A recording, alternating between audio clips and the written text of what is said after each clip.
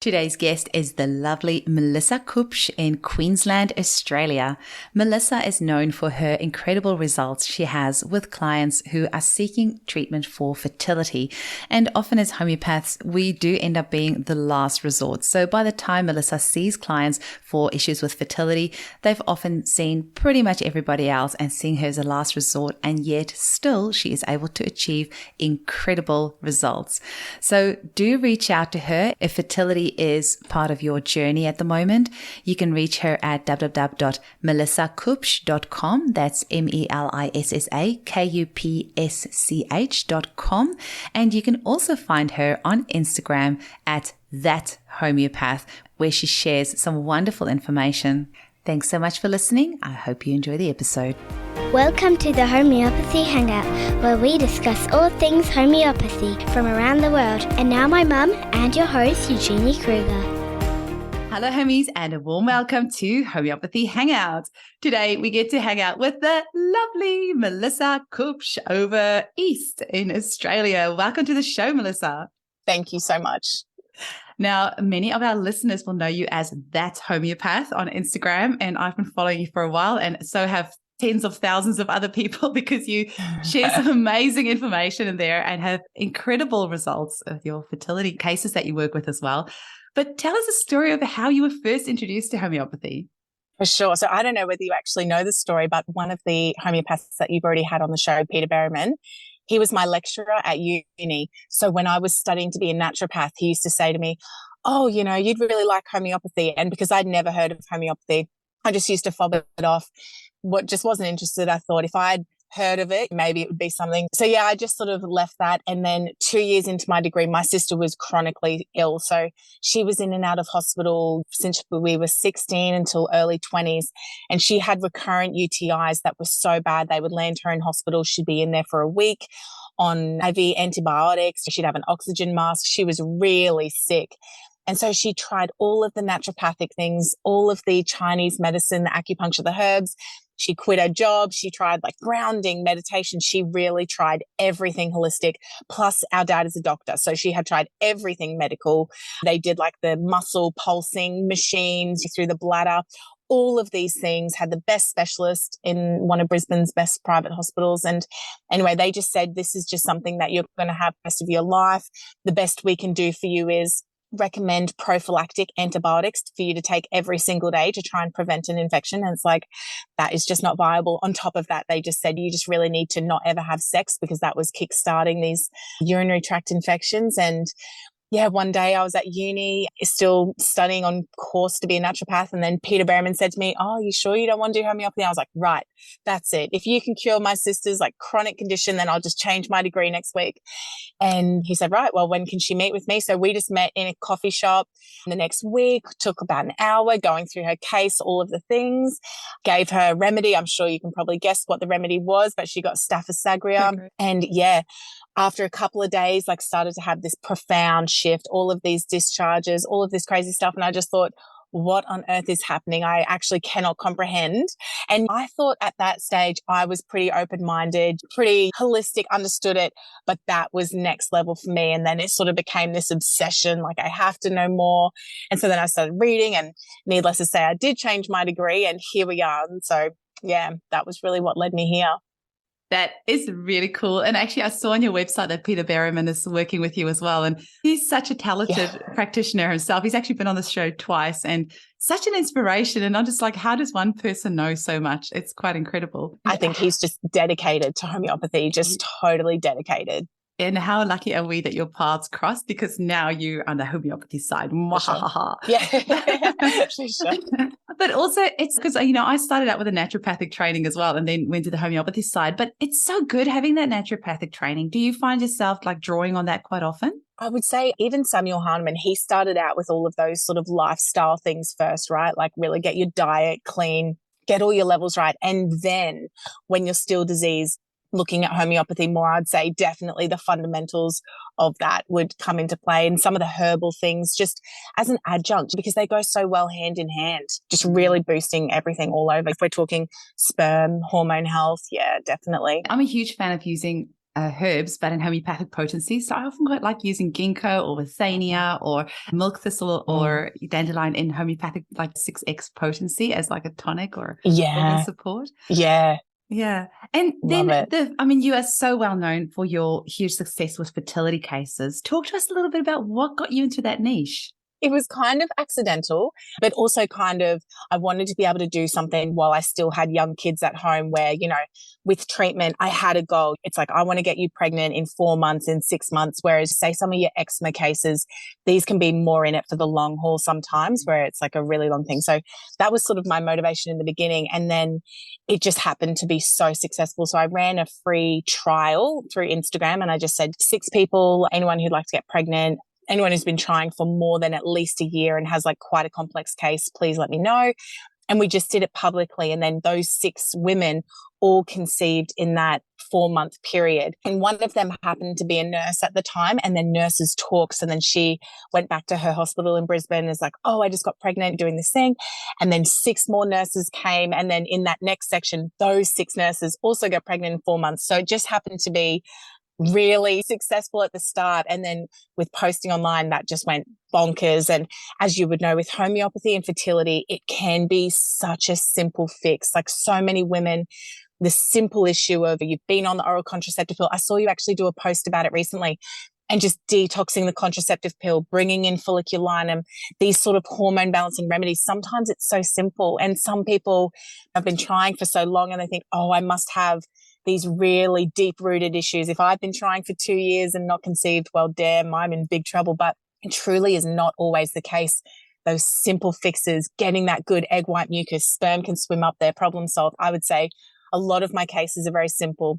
Having said that, in more recent years, they are getting a little bit more complex, different layers of things. Our generation is getting older, and we were the generation that really started with a lot of antibiotics, with a lot of oral contraceptive pills, a lot of steroids, a lot more of the environmental toxins. And so our toxic load, the women who are coming to sort of want to conceive at the moment, I feel we've got more toxicity and I guess a bit more complicated issues. But homeopathy, I think if people are committed to it, definitely gets you a long way there.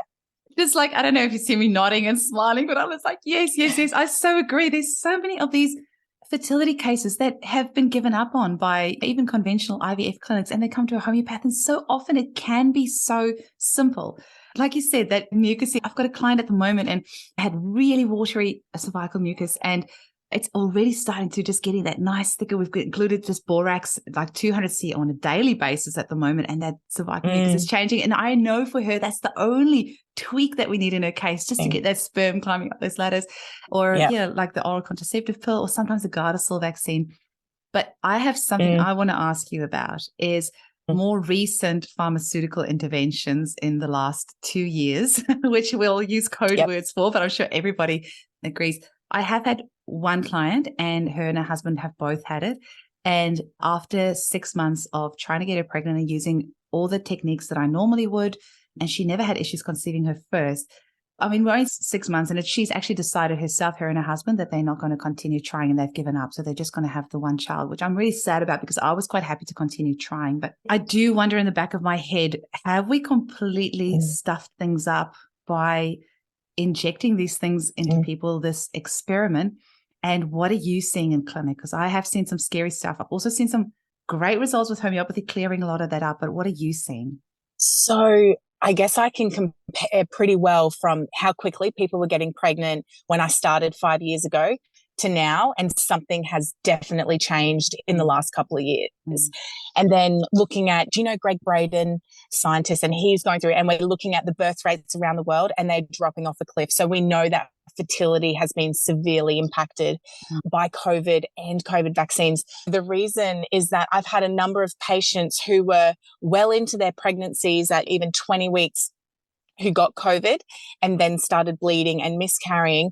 Likewise, a lot of miscarriages with the jabs and with other interventions. And so I think that it has been a mix, and a lot of my patients didn't get the recent medical interventions. And so I know that it's not just, I think it's not just that. I would say probably like 70% of my patients didn't get it and have still, and then even after having COVID, a lot of them had horrifically painful periods. And so I think it is the inflammation from whatever has happened. And there's so much controversy over like, what even is this virus?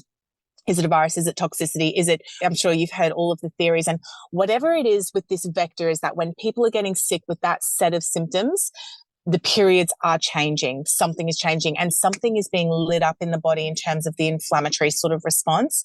And I think that's really impacting people's ability to get pregnant.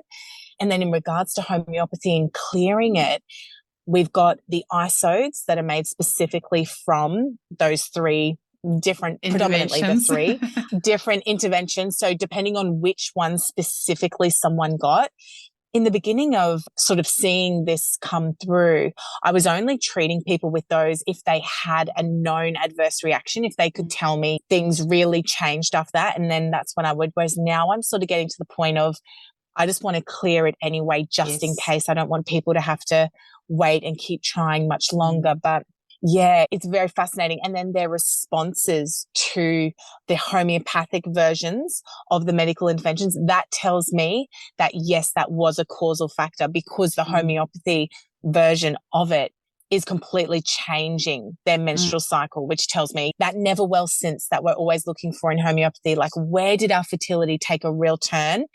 So yeah, definitely I think it is an issue. And then I think along with the homeopathics, I'm really advising people right now, like it's so much harder to get pregnant. I need you to take your sunshine exposure really seriously. I need you to take your stress levels really seriously. What used to happen, if we go back a couple of like generations, people could probably smoke and easily get pregnant, drink a lot and get pregnant, live all this. These days, it's like you need to put your all into it, because like the scales have just been tipped so far against most people. So yeah, that's really where I'm at. But there's just a lot of devastation out there, and the number just seems to be climbing. And when you even look at the sperm, I've got some men in their 20s, 25, 26, 27, and their sperm is so low, they're not even viable to do IVF.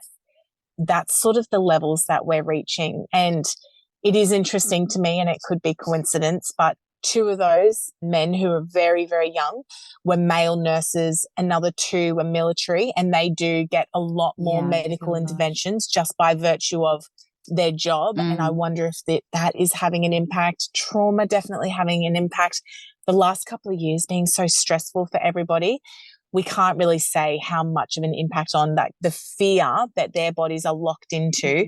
Of course, that's not really conducive to the body saying, right, let's reproduce. It's not safe. Don't do it.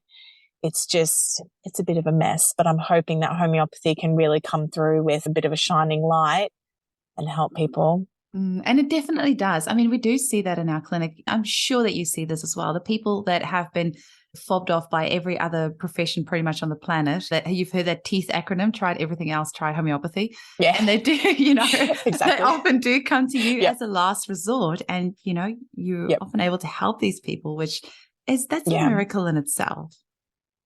Could you imagine what would happen if we were actually the first line of defense? You go to your GP and they say, oh, you've got this.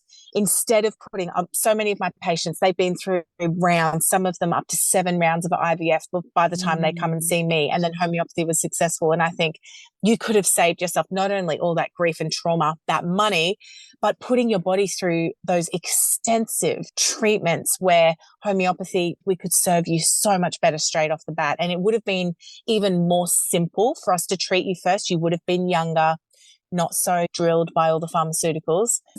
I think by the time that often people get to us, they have spent tens of thousands of dollars on other therapies that have not helped. And then they come and see the homeopath and we give them, like a $20 remedy or whatever. I don't know what your fertility prescriptions look like, but often with me, people do walk away with like 5 or 6 or sometimes even more remedies with its fertility prescription. I personally started to find that I needed more heavy miasmatic prescribing to really clear those layers.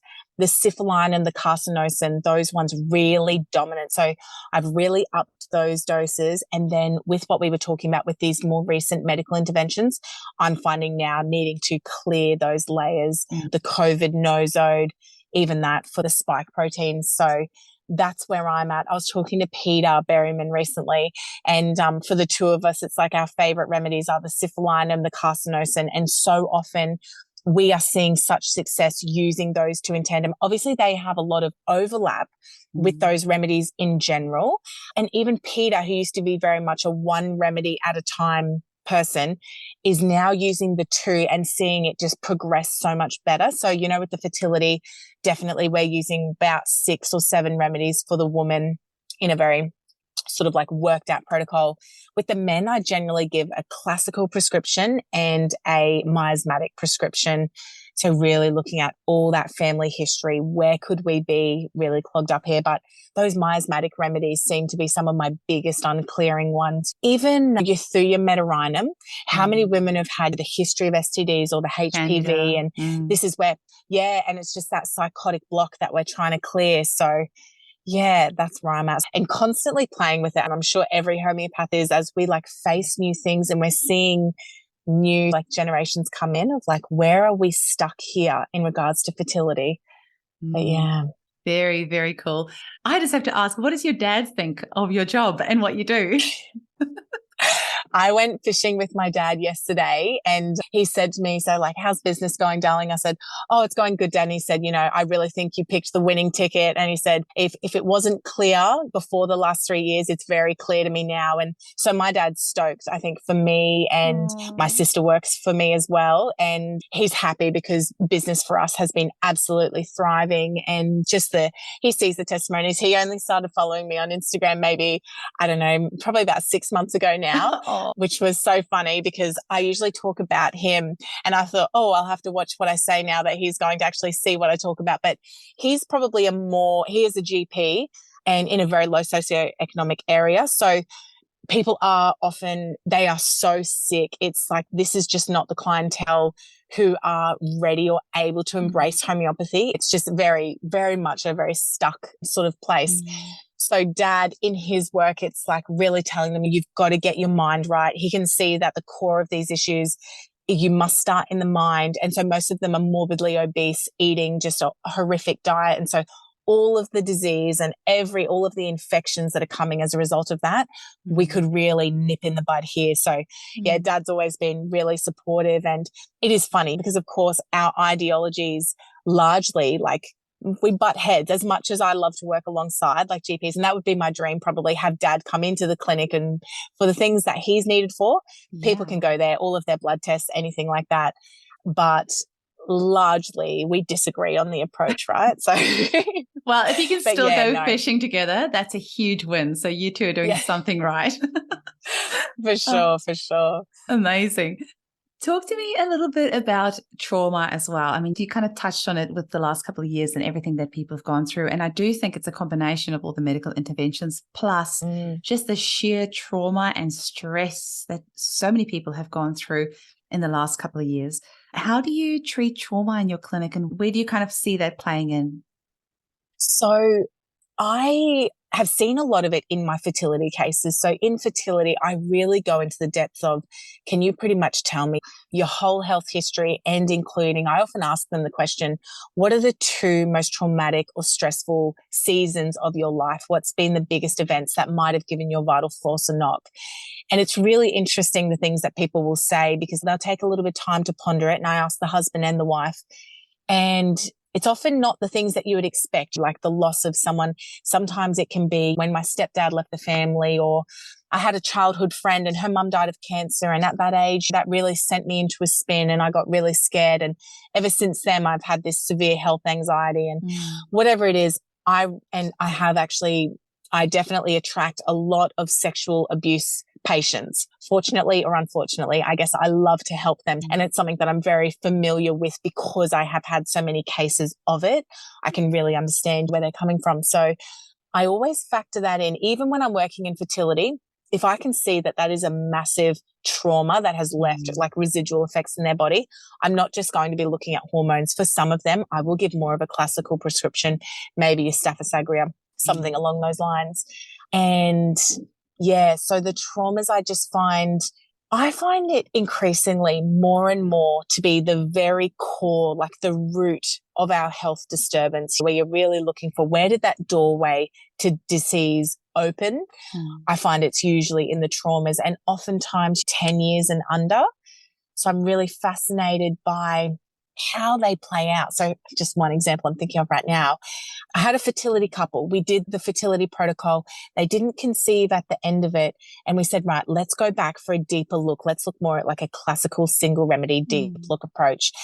And the things that came out after in that next consult, and the husband said, it doesn't seem like a big deal, but when I was a child, my mum never hugged me. My mum, she loved me so much, but she's never told me that she loves me. She does things for me, but she's never told me that she loves me. And then another thing that he said to me was, you know, when I was like a teenager, I just remember distinctly being bullied in our neighborhood and I felt so rejected. And that's what he just said. He didn't say rejected. He just said, I just remember being bullied and that really sucked. And I'm like, okay. And as we went through and looking at the vibrational pattern from the core wound, this is what I find so fascinating is that as a child, not receiving that love from his mum, he felt rejected. And then throughout life, then we've had the bullying incident and it's again rejected. I'm not good enough. And then as we looked forward more in his life, it was this repeating theme of I'm not good enough. I'm not loved. I'm rejected. And it just went over and over and over. And that sort of thing, I think as a homeopath, we see all the time. And we're really good at honing in on and identifying where was the original wound and how has that manifested throughout the rest of your life. And as we went back and as he saw that, and I said to him, like, as an adult, can you look back and see that your mum loved you completely? You know, your mum experienced her own traumas, which he sort of outlined for me. So he understood why she wasn't physically affectionate with him. And as an adult, looking back on that and saying, right, I was completely loved. I had this misconception throughout my whole life and it can just collapse these beliefs almost immediately. So this is without homeopathy even playing into it. It's that conscious awareness of, wow, I just misinterpreted something and my mum loves me completely. And I saw his like shoulders drop and just this sort of like joy flood in for him in that revelation that he was completely loved and completely good enough. And I find that sort of stuff, and it can be the most simple things because children are so sensitive. They just are. And sometimes they misconstrue situations. The parents can divorce and it can have nothing to do with the kids. And yet their little hearts can be broken and affected. And that can play into their future relationships and make it really difficult for them to have a harmonious relationships. And so I am so fascinated by all of that sort of stuff. And then the wife of that couple, she told me, I didn't mention it in my first consult, but actually I was abused when I was very young. And she said, but even before that, I have carried this element of shame with me just my whole life. I've always felt ashamed and I don't know why, of course there was that event, but I also feel shame. And I said, okay, well, if this has been with you your whole life, what typically this means to me is this is generational. This has come through from someone else. I said, can you tell me about your parents' lives? Is there any element of shame? And she said, oh yes, there is, because my dad had 9 siblings and unfortunately there was like incest and abuse going on in the family there. And so the amount of shame that my dad felt, I've always known that. And I've always just sort of felt that myself too. And so when you really look at it, here we have these 2 30-year-olds just carrying the weight of so much stuff that really wasn't theirs to carry. And really, it wasn't reality now in their 30s. She doesn't need to feel ashamed anymore. And in the end, the remedy that she ended up being prescribed was Thuya. And when she started taking that, despite having done the fertility protocol and all of that, when she took the Thuya in a Fibonacci home cord, broke out in a rash, like all over her body. So I was like, right, we're onto something. Your body is recalibrating. We're shaking. We're shifting things out. So yeah, that's that. I find that so fascinating. Oftentimes after the fertility protocol, I will think, right, we've got to go deeper and get into the roots of this. Where is the core disturbance here? And I think the people's minds, that's where it really shows up. And yeah, that's right. And I find it, I don't know if you find this, but those core traumas tend to be the deep-seated, let's say emotional eating. Emotional eating is something, or drinking, alcoholism, drug abuse. these sorts of things are, of course, trying to cover up those uncomfortable feelings that people have often felt for a very long time, not really knowing and understanding what is it that I'm really trying to run away from, because I'm not really aware of it, but there is something that makes me not feel right. And they can recognize that they're an emotional eater. And it's that emotional eating, let's say, that leads them to be very overweight or to be eating the wrong things, because most people know what the right things are, and yet they have such difficulty, that self-sabotage, and the discipline's just not there. Whereas when we address those deeper original wounds, that's where I find they can really actually honor themselves. Yeah. And so the health from a homeopathic perspective, of course it elevates, but then your more lifestyle naturopathic, they want to exercise to feel good because they actually love themselves. That's where I think the sweet spot is. Oh, that was so beautiful. I've got so many things I want to unpack there, but one of them is just when it's really cool when you recognize in a case that the issues that person does not belong to them and it's actually something ancestral. That is really cool. And you can, it's hard I was trying to think the other day, like, how do I teach somebody else to do what I do in clinic? And I find it really hard, and I don't quite know why. I think it's because a lot of it's kind of built up over time, but then trying to explain how you think in a consult to another homeopath can sometimes be tricky. So I was sitting here the other day trying to think, how do I explain to somebody when I feel that this does not belong to the client in front of me, it belongs to another generation or maybe even a past life. But you develop this intuition with case taking, especially when you're seeing a lot of cases, you develop this intuition where you just know this is not this person's stuff, and you give a deep-seated ancestral healing remedy to this person and suddenly they're better. And so obviously there's something to it. And then you just gently slipped in there about the Fibonacci homochord, and I was thinking clearly Peter is having an effect on you as well as you having an effect on him. Yeah, which is really cool. Sure. And I've also got a beautiful case from a few years ago, and this was this beautiful couple. They came in together for fertility, and she'd heard me using the latest fertility protocol, and she came in specifically for that. And so then it was uncovered that she had been sexually abused as well, which I don't know about you, Melissa, but I would say like 80% of the women I see in clinic have been sexually abused at some stage in their life. I almost sit in the clinic waiting for a woman to tell me that she has been sexually abused. So this client that came to see me for the Legislative Fertility Protocol, it was uncovered that she had been sexually abused. And then I said to her, look, I know you are trying to conceive right now, but I think we need to deal with the sexual abuse that you had gone through before we look at the fertility side of things. And she was totally okay with that, because at this stage they had already been trying for a couple of years. They've gone through a couple of rounds of IVF, and she'd had a miscarriage through that as well. And so she was actually happy to just wait 2 months for me to just try this remedy for her to deal with the sexual abuse. She came back after 2 months, she was pregnant. And that was literally all that we had to do. And then after that, that pregnancy ended up actually bringing up quite a lot of trauma as well. And then she was quite hesitant to have a second child. And I said to her, we can work on that. And we did. And a couple of months ago, she had a second baby. So it's just like we literally have the most satisfying job in the world, don't we? Truly. And in regards to that sexual sphere, so many of the patients that I see, sometimes because I post a little bit on Instagram, they know that it's a safe place to come into our consult and say, right, I'm just going to tell you because I know it's important and it was a big deal for me. So many of them, they might have done talk therapy, but they just feel like they have gone around and round, and they're so sick of talking about the actual abuse itself. And with me, they always say, this is so different because we're curious about, you don't have to tell me the awful details, but if you can just tell me the nature of it, tell me how you felt when this happened for you. And oftentimes they've never been able to like really get it out, knowing it's right now with the homeopathics, this is going to help that all melt away. It's not going to be that it's going to wipe it from your mind. You're always going to remember that it happened, but that feeling and that resentment that is stuck in your body that you don't want to carry anymore, we can set you free from that. And I don't know any other medicine on earth that can touch that layer like homeopathy can. Nothing can touch it as quickly, that's for sure. And just people that, and some of these people, this abuse happened 30 years ago and they say, I have never felt this free of it. And that forgiveness, a lot of people, they really try to cultivate in themselves like this, I'm just going to put it to bed. I don't want to be stuck in that space anymore, but it's just locked so deeply in their cells. And so with homeopathy, just that little key to unlock it and say, right, that vibrational reminder of it's gone, it's done, you're healing, you're safe. And yes, so wonderful. So wonderful. So I'm just like really trying to get my head back into this because that is just so.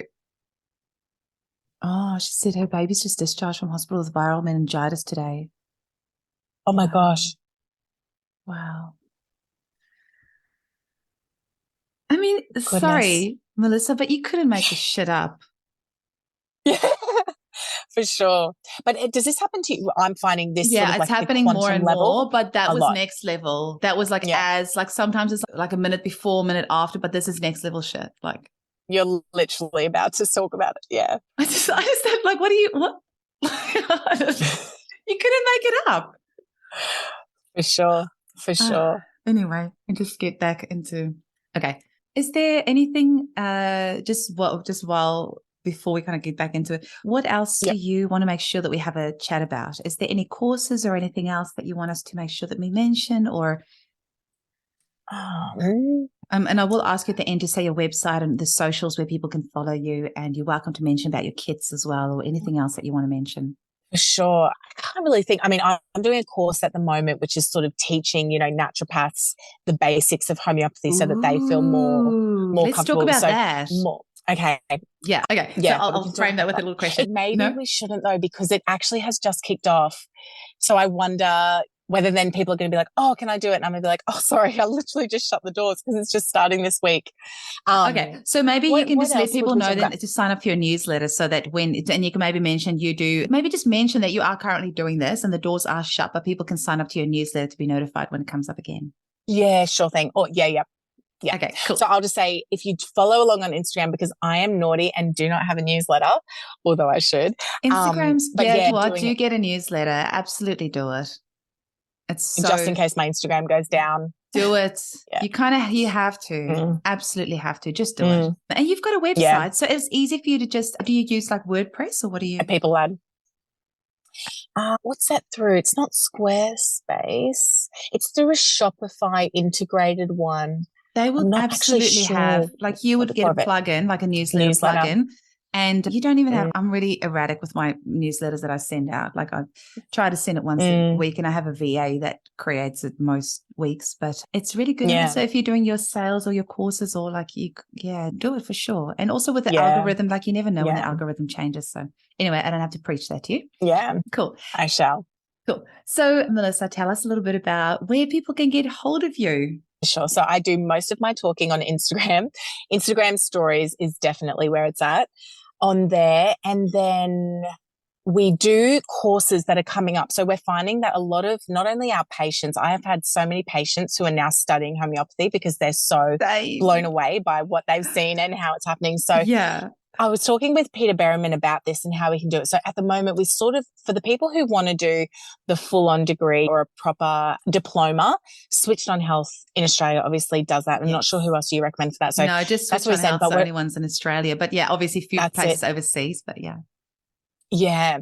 And then Peter and I have started teaming up to do these small bite-sized sort of study things. So it's not the full degree, but say you can get an insight to homeopathy. So whether it is a short course on like trauma, ancestral trauma, a short course on like eczema or asthma, first aid in the home is definitely a big one. Yes. So every week I've been doing homeopathic first aid, just Zooms, just free Zooms, get people in, let them learn about homeopathy, the history of homeopathy. So many people just stumble across my page through some random reel and they're like, what on earth is this? Is this essential oils? What is this? And so bringing people into it like that, I think the first aid in the home, mums learning that, definitely the key, because then not only are they avoiding all of the toxic things in early childhood, then as they grow older and they're actually navigating the bigger issues, the anxiety, the depression, parents remember, it wasn't just first aid that I can use that for. It's not just for the fevers and the teething. They're then using it for that. And the children are so blessed by being able to be raised in such a way. So Yeah, definitely. Instagram is where people really learn a lot. And I'm so lucky that so many of my patients allow me to share just little anonymous snippets of their cases and their stories, because I feel that so much of homeopathic, like being a homeopathic practitioner, is educating people about what healing actually looks like, because it's not all butterflies and rainbows. Healing can be really messy. And so when we are bringing things up to the surface, to be able to see other people navigating it, that is so helpful to know what's actually normal. So yeah, I find people have really learned so much, and then they're, signing up to study, which is awesome, because like you and I said before, we need a wave of new homeopaths, because at the moment, the medical model is completely crumbling. I think you'd have to be a fool to not see that. I don't know what it's like where you are in Perth, but here, our hospitals are so overburdened that people are waiting in the parking lot, and it's an emergency. So we need to get as many people away from that setting to actually make room also for people who need emergency trauma care. Like, we are doing the modern medical system a favor by really trying to help as many people stay well at home. What do they say? An ounce of prevention is worth a pound of cure. Just get well, stay well with homeopathy. So yeah, that's where that's at. I completely agree. I think that we're saving the government so much money and relieving the pressure on the medical system by empowering, I always say mothers, but obviously whoever the caregiver is. I say mothers because I think a lot of it starts with the mother, because our natural role is that nurturing, caring aspect. And if we can just empower mothers to take their power back and not run to the doctor for every tiny little thing. Like, I'm sometimes just blown away when I see mums taking a child to the doctor for just a mild fever, or I understand when you're a new mother, but the thing is, how did we get to this place where we have stopped trusting our intuition, where we think that every tiny little thing is a medical emergency? Like, we need to get back to that place where we are empowered to treat our family as a first port of call, which is what we have always done for eons. Like, otherwise the human race wouldn't be here if it wasn't for us mothers that have always cared for our families. So taking that power back and then leaving the emergency, like I always use this example. Last year in January, I had my appendix out. It had ruptured and I left it a bit too late. So it ended up being quite messy. But thank God for the hospital system. No amount of homeopathy was going to heal that. I needed to go and get surgery to have it out, which do you think that was actually from shedding symptoms just quietly, but that's a story in itself. So, and in that too, when we're talking about mums taking their power back, it's also A, learning how to use homeopathy, and B, learning that those symptoms are conducive. That is a strong immune system. Your child's fever, that whole basic education. It's like, people should not be able to be set off free with their babies until they are taught. We need some basic education. Obviously a lot more people are home birthing now, but imagine if in hospitals they were actually given that confidence to say, a fever, that's a great sign, that your child is blah, blah, blah. It would be so beneficial. Whereas what they have done is constantly undermined. And then the last couple of years, of course, parents are genuinely scared. I don't know about you, whether you had any family members freak out over the whole pandemic saga, but in my family, there's just one family, and it's like, they'll never be the same. The trauma and the fear from that, now this health anxiety, it's crippling. I mean, we're talking mask in the car alone, sort of like never going to be the same. And a lot of people fall into that category. Even a lot of the people who are more holistic, that constant brainwashing and just getting drilled, that fear is there. So coming back to knowing the body, actually how it works. Most people do not actually understand the basic foundations of how the body and the immune system works. So symptom suppression, we just want to nip it in the bud as young as possible. So mums, stay-at-home dads, anybody, like, it matters so much. And can you imagine the next generation of children? I know with my kids, I've got 3 baby boys, and they are all the bumps and bruises and all of the this and that. And my little one, he's only 2. And when he does something wrong, or when the other boys are hurt, and he's like, I've got an idea. I need the medicine. And he just goes straight and gets the homeopathy. And I just think, as a father, say one day when he marries someone, he will bring to that family such knowledge, because he's been doing it since he was literally a baby, and they've not needed, probably like your kids, they've not needed anything else yet, and they're strong and robust. So I'm sure my regular listeners are bored of me saying this. Yeah, my kids are 11 and 8 and they've just never needed antibiotics, no vaccines, no nothing. And they are so healthy that my son has actually complained that all his friends get to have sick days, but he's never sick, so he doesn't get a sick day. So we've actually made a deal in our family now that they get to choose one day per term, which can be their sick day, because all their friends get to have sick days and they're never sick. So. That is so beautiful. Oh my gosh. And it's like a reward for staying well, son. Now, one day off and do what you like. That's beautiful. And seeing how they understand, how in tune they are with their bodies is just beautiful. It's beautiful. And when a remedy works for them, we've just had Homeopathy Awareness Week and we've had testimonials every day. And my kiddies both did testimonials. And it was interesting hearing them talk about how quickly a remedy works in their body. And my daughter and I actually both woke up this morning feeling really nauseous. I don't know whether I did cook some chicken last night. I've never given our family food poisoning, but we both woke up around 2 a.m. as feeling really queasy. And both of us were like around the toilet bowl. We didn't vomit, but we just felt like we were going to. And I gave us each a dose of arsenicum and we went to go lie back in bed together. And she's like, Mummy, that worked in 5 seconds. I'm like, yeah, for me too. And she's like, homeopathy is amazing. I'm like, yeah, it is. Yeah.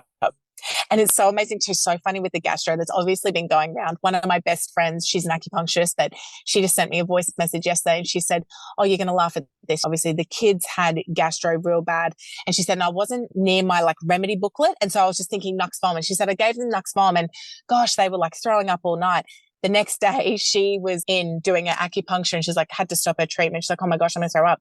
She went home. Her mum's also a homeopath and she spoke to her mum and she said, Rach, it's arsenicum album. She said, oh my goodness, no, it is too. She said, no wonder the kids didn't get that much better that quick.